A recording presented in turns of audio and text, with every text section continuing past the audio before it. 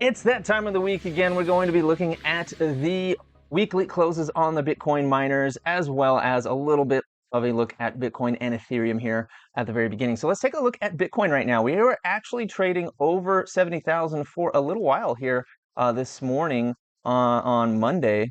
Actually, we were just slightly above 70 for a little while. It doesn't seem to want to peak above that yet, but we are kind of basing in this area slightly with an uptrend. We do have some green volume coming through. It did kind of cool off a little bit, but if we go onto the weekly chart for Bitcoin, that is actually still just kind of going up. It's still charging up. In fact, on a weekly scale, we're kind of pretty low on that green volume here. We could see a fairly significant move in volume here. You can see on the oscillator, it went from red, it dipped to red, and then now it's starting to charge up again, green on the weekly with a pretty aggressive move. We are still near the top of the RSI, so that's a little bit concerning, but not necessarily, because with Bitcoin, we know it can get real hot on the RSI. We can go up into the 90s pretty easily. I do really like how on the weekly chart we came down, tapped the 20. This is the 20, right? Let me make sure. I always got to make sure because I like to flip between the 13 and the 20 depending on how I'm trading. It is the 20.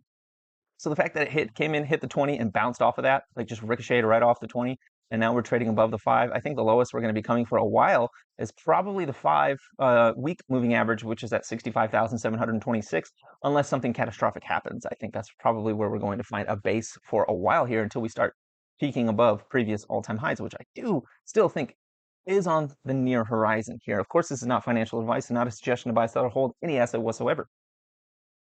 Just what I think when I'm looking at this chart. I'm looking at a big move, kind of similar to like what we saw back here. Maybe not quite that intense, but I would like to see this all-time high taken out pretty soon. Let's take a look at Ethereum. Ethereum's been really interesting lately. Let's bring it up. All right, Ethereum. On the weekly, we got this big tall pole, and we are just hanging out right at the top of it, almost going over the wick here. Did we peak above 4,000? No, we got so close to peaking over 4,000. 4,000 is going to be a strong resistance level, but we did the same sort of thing here on Ethereum that we did do on Bitcoin, where we came down dramatically, hit the 20-week, and then just bounced right off that thing super hard. Now, on Ethereum, the 5-week is all the way down here at 3,333. We could easily come back and trace back to that, especially off of this 24% move in 1 week.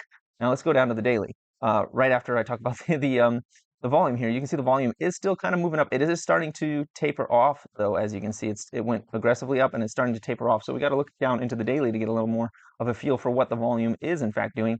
And it has been coming down. So it came down, it went up big, started coming down, and now it's finding a base. If this starts to charge up again, this oscillator for the volume starts to charge up again, I would be expecting a move up. Now, the RSI is pretty hot, but we do know if we go just back here, the RSI was hot from 2,400 all the way up to over 4,000 before, while it was way above overbought that entire time. So it can stay in this area for an extended period of time and do see a significant charge up. I mean, that was 1,500 bucks. If we did that right now, that would take us right up to 5,500 on Ethereum and do the exact same thing that it did back here in from February until March, where it went from 2,400 all the way over 4,000 while the RSI was overbought the entire time. So that's really not a huge concern. The bigger concern is the volume. We want to see that volume stay elevated, about where it is currently, and kind of stay above that, maybe dip a little bit and then charge back up further. We don't want to see more than a few days of sell-off before seeing buying demand come back through on this thing to see it continue to go up. And as we know, this one benefits Digital, which we're going to talk about here in a moment. Let's start with CleanSpark though. So CleanSpark on the weekly, actually, I do like it. So we've been in a downtrend. To be honest, we have been in a bit of a downtrend since February, where it came down and then bounced up again in March and then came down again. And now we might see a bounce up again. But the thing I don't love about this weekly candle is that it is, let me turn on the drawings here. It is exactly like this candle here, very similar to this candle here, which kind of just signaled continued bouncing around versus any sort of decisive move in a direction. So I don't love that. And it has been kind of stuck to this 20-week moving average all the way since April 15th. So that's been over a month now. We've been kind of stuck to this. Now, of course, that has a fluctuation between $13.80 and $21, which feels like a huge, huge move. But think about when this consolidation is done, how big of a move that's going to be. I mean, we were doing some consolidating down here for a long time from July 10th of last year until October, and then from there we went from $3 all the way up to $13. Now, this isn't as long as that. This is significantly less long and a lot more volatile than that, so we might not see a swing quite that intense. But I would not be surprised to see this get into the high 20s or low 30s sometime either this summer or this Christmas season, that that Q4. Now we can see on the weekly that the volume has been negative for a while, been negative since April, the beginning of April, and has come down, and it is curling back up now. I do like seeing that. I also like seeing that the price on the weekly has not gone beneath the 20-week moving average, and we are currently hanging out right at the 5, which if we look in the past, you can see that we can get extended pretty far away from the 5 moving average. Also, the RSI, with our current price, the RSI for the weekly is at 55.98. It has a lot of room to the upside on here. So I am feeling like when this thing does take off, it's going to be pretty big. We're going to get pretty far extended off the 5. We're going to see the RSI start to get overbought, and we're going to see some big, massive green volume coming through at some point here, either in late Q2, early Q3, or Q4. We're going to see a massive pump out of this thing based on how this is moving. Now, if we get beneath the 20, though, if we get beneath the 20 week here at $15.46 and we close under that, then I would be starting to get concerned about coming back down towards the 200 week, which is at $10.63, which would still have me in profit because I've been buying this for a really long time. But for some of you that have been buying any time since, honestly, February, you're going to be hurting if it goes down there, and that's going to be pretty traumatic for you and your portfolio in that situation. So I would be watching that closely. Like if price closed beneath that 20 week and opened up the next week underneath it, that's where I'd start to sweat a little bit about it coming back down to 1067. Now, me personally, and of course this is not financial advice nor a suggestion to buy, sell, or hold any asset whatsoever, but me personally, I would be looking to buy more at 1067. I think, in fact, I have an order for 100 shares at $11. I think I have to look at that, but it's around between $10.50 and $11. I've got an order for about 100 shares down here again, because I would like to load up down there if that happens. And personally, I'm still in profit there, so that is why I'm making that decision. If you're not, that might not be a decision that you would want to make. You'd have to assess that for yourself and whether or not that makes sense. All right, let's go down to Bit Digital for the weekly. Bit Digital was looking good. There are a few things I like about this. We do have RSI just hanging out right at 55 for the weekly. We do see on the volume oscillator that it has turned green, and we are on an upturn here from some pretty negative volume all the way back since January. We've been on negative volume for the weekly since January, and it just barely turned green right now. Last time we had this big, ugly amount of volume that was red for several months. We went from August until November. Last time we had that, when it went green, it moved. Let's see, it went all the way up to the 200 week, by the way, and it moved a total of 169% from top to bottom. Now, if we did that right now, 169% would be 477. We'd go right up to 477. That would be pretty cool. I'd be pretty happy about that. I would really like to see a price come up and touch the 200-week moving average at 522. I'd really like to see it conquer it this time, since we are now in the bull run. We are post-halving. There is, a reason that we could potentially get over that, but I wouldn't be surprised if it didn't. I would be looking to maybe start trimming my position a little bit right at that 200-week moving average, because that is going to be a significant level of resistance, and we might not break over it. So if I want to take any profits, I would be looking to take some at that level. Maybe not a lot. Maybe I'd sell 10% or something, just something to make me feel good about taking some profit, feel good about getting in on that move a little. But of course, I will announce that as it's happening, and while I assess it and think, because as we've seen, after doing that pump, if it fails at that pump, it comes back down, 70%, where I would very much like to buy a whole bunch more Bit Digital for the Q4 run. So right now, things are looking good. We are getting stuck under the 20 and the 50. So we went up, touched the 50, and then we closed the week beneath the 20, which is not great. We need to conquer both the 20 and the 50 if we have a chance of getting over that. And I would like to see it slice over it, much like this candle here in November 2023, where it just went right over both of them and didn't look back at all. The fact that we got beaten back down here, we went right up to the 50. It really wanted to conquer both, and then it just came right back and closed beneath the 20 here for the end of the week. I don't love that close, but I do like where the RSI is. I do like where the volume is moving, and I do think it could creep up above these two here over the next couple of weeks.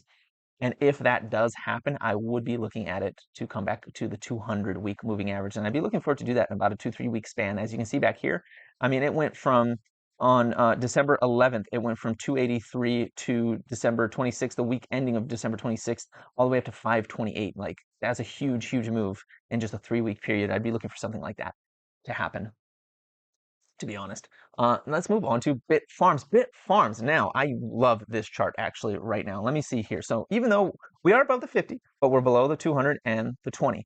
But let me turn off my SMAs right now, and let me turn on my drawings. And let me do this right here. You see all this controlled selling all the way since, so there was massive selling in February and March, and then from March 18th all the way until May 13th here, this was all very controlled selling. Very, very controlled selling. Look how tight those candles are on the weekly. Now, look what we just did this week. We broke out of it. We broke out of the controlled selling. Now, if we open anywhere above 180 next week, and we stay above 180 next week, and if this volume, which has been curling up, starts to turn green, and this RSI gets over 50 next week on that weekly close, if these two indicators are, one is green, this one's above 50, and this price is anywhere close to $2 or above $2 in terms of being above 180 or above $2, I'd be feeling very, very bullish on Bit Farms going forward, especially since they haven't done any of the announcements I was expecting them to do yet to see this kind of price action. You know, talking about bringing out the new CEO, announcing that they're executing on their exahash goals.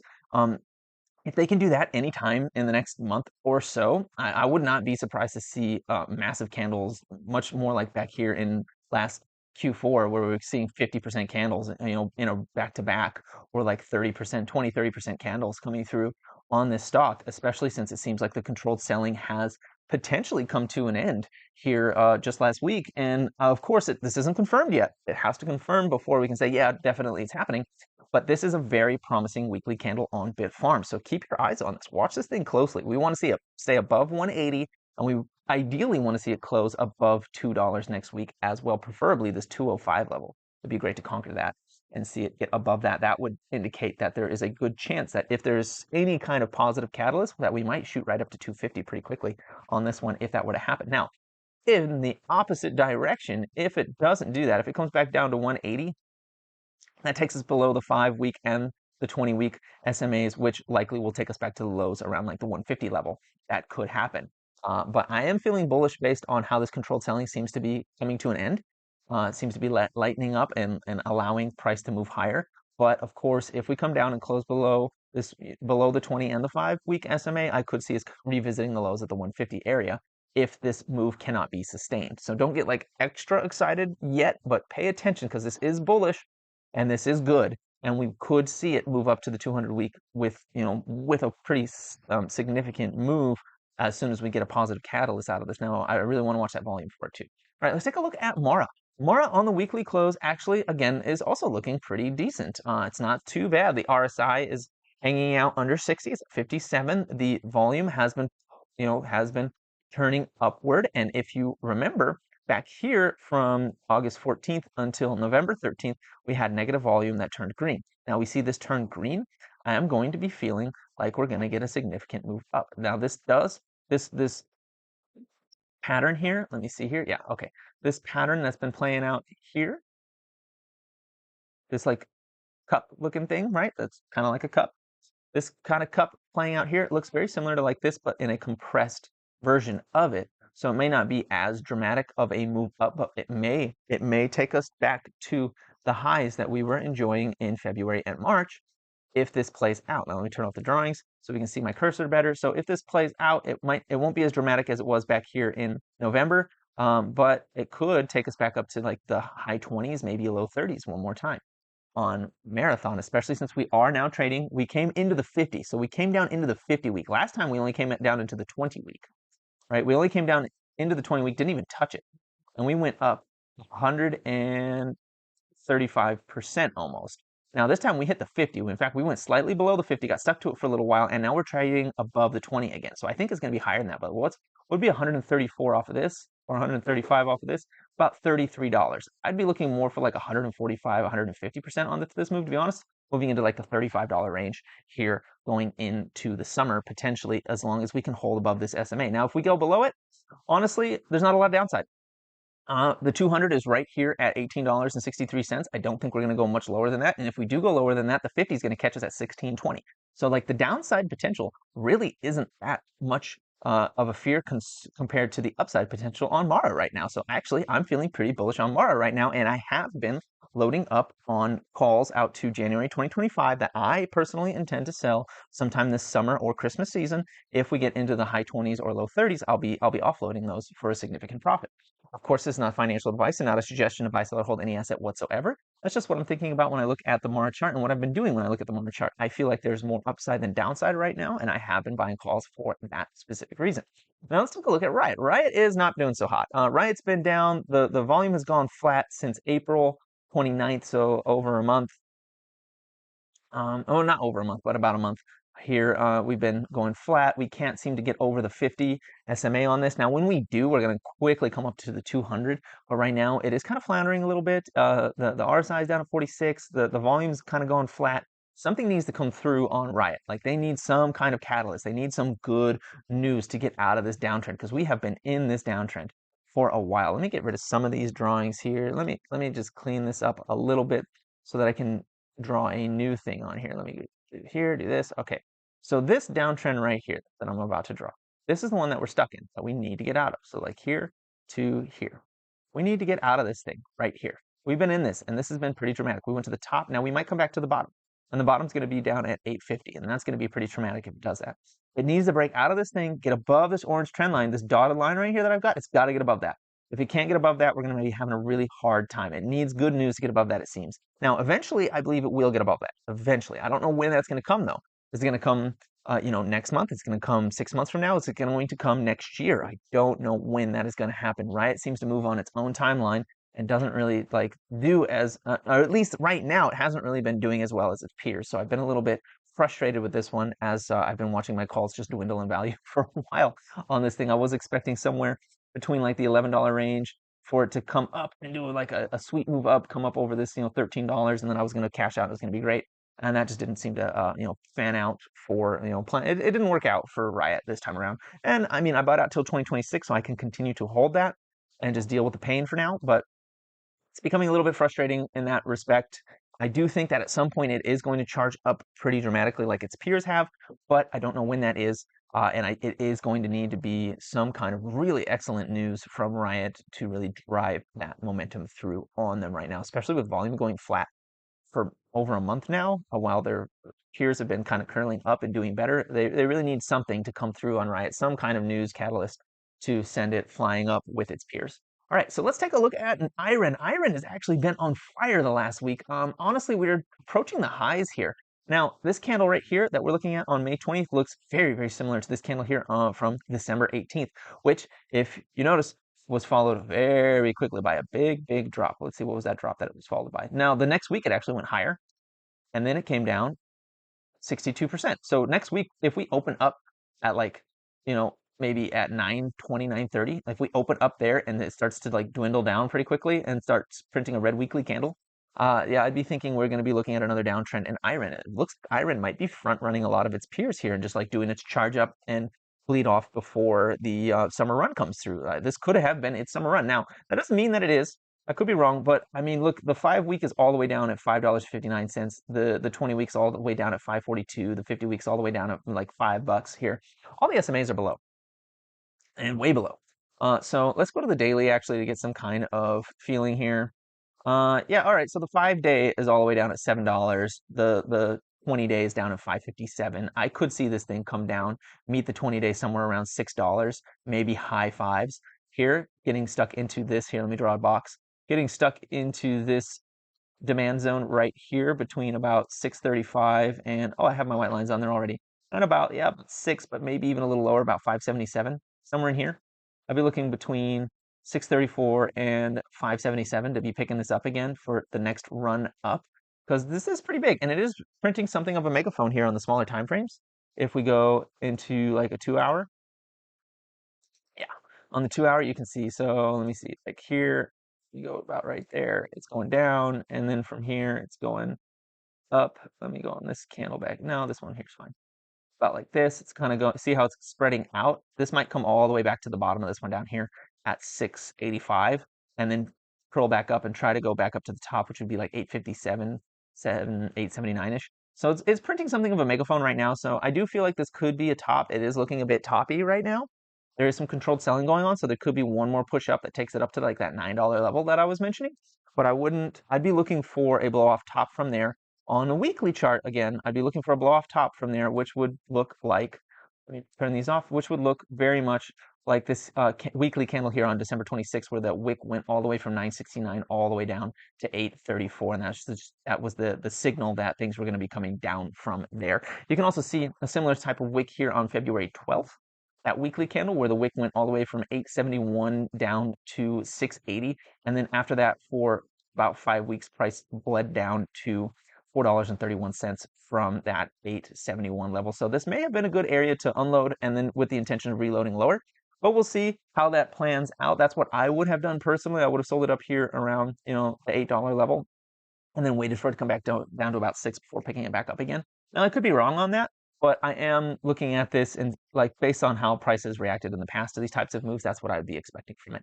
So that's all I've got for you today. That's the weekly closes, the weekly analysis. Please like, comment, and subscribe, and have a profitable day.